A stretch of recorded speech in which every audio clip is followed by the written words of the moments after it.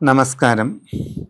പുണർദം നാള് വന്നു ചേരുന്നത് വ്യാഴ ഗ്രഹത്തിൻ്റെ ആധിപത്യത്തിലാണ്. പുണർദം നാളുകാർ ജനിക്കുന്നത് വ്യാഴദശയുടെ ആരംഭത്തിലാണ്. അപ്പം നക്ഷത്രാധിപനായ വ്യാഴത്തിൻ്റെ ദശ ആരംഭത്തിലും പിന്നെ ശനിദശ, ബുധദശ, കേതു, ശുക്രൻ, ഇങ്ങനെയാണ് ദശാകാലങ്ങളുടെ പോക്ക്. പുണർദം നാളിൽ ജനിച്ച നിങ്ങൾ എത്ര നാഴിക വിനാഴിക ചെന്നിട്ടാണ് ജനിച്ചത് എന്നുള്ളതിനെ ആശ്രയിച്ച് ശിഷ്ടദശാകാലം എത്രയുണ്ടെന്ന് കണക്കാക്കി തുടർന്ന് ദശാകാലങ്ങൾ കണ്ടുപിടിക്കേണ്ടതാണ്. അങ്ങനെ വരുമ്പോൾ ഈ വ്യാഴത്തിൻ്റെ ജന്മശിഷ്ട ദശ കഴിഞ്ഞു വരുന്ന ശനിദശ കൂടുതലായിട്ട് ദോഷം ചെയ്യാറ് പതിവുണ്ട്. കൂടാതെ പുണർദം നാളുകാർക്ക് ശനിഗ്രഹത്തിൻ്റെ ദോഷം കുറച്ച് കൂടുതലായിട്ട് അനുഭവപ്പെടാറുമുണ്ട്.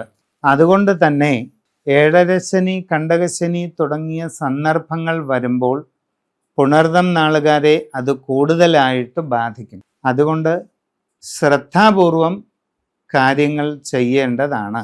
അപ്പോൾ ശനിയുടെ ദോഷപരിഹാരമായിട്ട് ശാസ്താവിൻ്റെ ക്ഷേത്രത്തിൽ നെയ്യ് അഭിഷേകം, നീരാഞ്ജനം, കടുംബായുസം, പുഷ്പാഞ്ജലി ഇതെല്ലാം നടത്തുന്നത് വളരെ വളരെ പ്രയോജനം ചെയ്യും.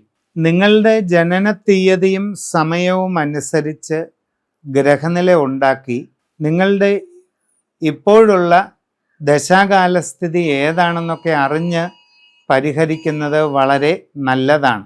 നിങ്ങൾക്ക് കുടുംബക്ഷേത്രങ്ങളോ കുടുംബക്കാവുകളോ ഉണ്ടെങ്കിൽ അവിടുത്തെ ഒരു സാമാന്യമായ ഗുണദോഷ അവസ്ഥ താമ്പൂല രാശിയിലൂടെ അറിഞ്ഞ് പരിഹരിക്കേണ്ടത് ആവശ്യമാണ്.